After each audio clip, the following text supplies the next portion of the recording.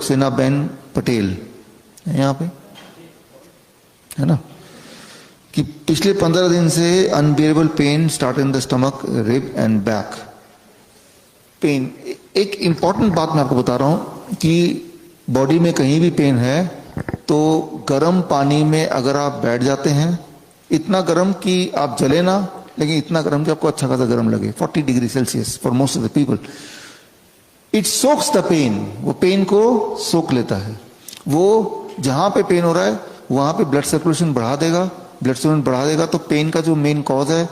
Inflammation है, घाव है, टियर है, रप्चर है, इंजरी है, उसको वहां पे हील करेगा फटाफट, और हील करने से आपका दर्द कम हो जाएगा।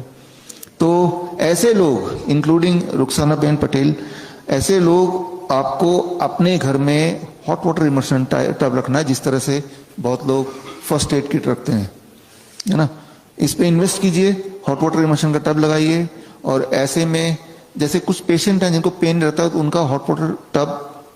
में पानी गर्म करने में लगते हैं 2 घंटे या 3 घंटे गर्मी में, तो उनका ऑन ही रखते हैं कि बस पानी में बैठ गए, वो ऑलरेडी गर्म है,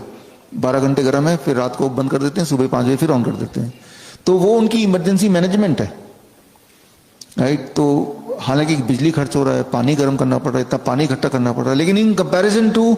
आप अपने पेन को मैनेज करने के लिए कुछ और कर रहे होते हैं, और कुछ और करते हैं तो उससे पेन सप्रेस होता है, इससे पेन का जो कारण है उसको रिपेयरिंग होती है, जिससे रिलीफ मिलता है। तो जब भी कभी पेन होता है, चाहे वो कैंसर की वजह से पेन हो, ट्यूमरस ग्रोथ की वजह से, या फिर स्टोन की वजह से पेन हो, एक तरीका है कि हॉट वाटर इमर्शन अगर करते हैं, 1 घंटा लगातार बैठते हैं तो उससे पेन रिलीफ मिलता है। जब पेन हो रहा है, होना शुरू हुआ तभी बैठ जाएंगे तो पेन वहीं होल्ड हो गया, पेन होता होता खूब ज्यादा हो गया, अब बैठ रहे हैं तो फिर then it is a struggle. तो while the pain has started, तब बैठेंगे तो ज्यादा फर्क पड़ेगा। आपको 2 सेकेंड ऑयल मिला आपको, did you get that? 2 second oil है ना। तो जैसे ही आपको हेडेक शुरू हो रही है, उसको सूंघ लिया, हेडेक के पहले ही शुरू होते ही, तो हेडेक को वहीं पे रोक दिया, लेकिन खूब हेडेक हो चुका, अब सूंघ रहे हैं, फिर आपको 3-4 बार सूंघना पड़ेगा, इफेक्टिवली उतना होगा नहीं, है ना। तो पेन को अरेस्ट तभी करना है जैसे आपको पहला एहसास हुआ, है ना।